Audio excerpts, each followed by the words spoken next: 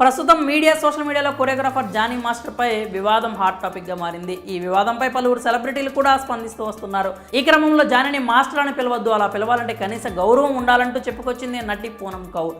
ఇదిలా ఉంటే తాజాగా టాలీవుడ్ డైరెక్టర్ త్రివిక్రమ్ వివాదం మళ్లీ తెరపైకి తీసుకొచ్చింది. త్రివిక్రమ్ పై తాను ఇచ్చిన కంప్లైంట్ తీసుకున్నారా అంటూ మా అసోసియేషన్ను ప్రశ్నిస్తూ ట్వీట్ చేసింది పూనం.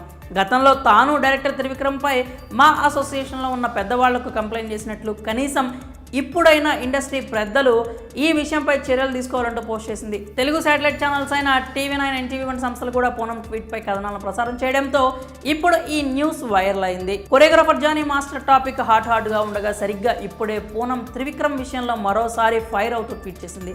టాలీవుడ్ పెద్దలకు గతంలో ఇచ్చిన కంప్లైంట్ పై ఇప్పుడు త్రివిక్రమ్ను ప్రశ్నించాలని కోరుతున్నట్లుగా చెప్పుకొచ్చింది. అయితే అదే ట్వీట్లో పొలిటికల్ సఫరింగ్ అంటూ కూడా ఏదో రాసుకొచ్చింది. కానీ సరిగా అది ఏ అంశానికి సంబంధించిన విషయం అనే దానిపై మాత్రం ఎలాంటి క్లారిటీ లేదు. కేవలం మా అసోసియేషన్ పెద్దలు త్రివిక్రమ్ను విచారించాలని చెప్పుకొచ్చింది. సరిగ్గా జానీ మాస్టర్ గురించి పోస్ట్ పెట్టిన కొద్ది గంటల్లోనే ఈ పోస్ట్ కూడా పెట్టడంతో ప్రస్తుతం ఈ ట్వీట్ అనేక ప్రశ్నలకు దారితీస్తోంది. గతంలో కూడా నటి పూనం కౌర్ త్రివిక్రమ్ పై సంచలన వ్యాఖ్యలు చేసిన సంగతి తెలిసిందే.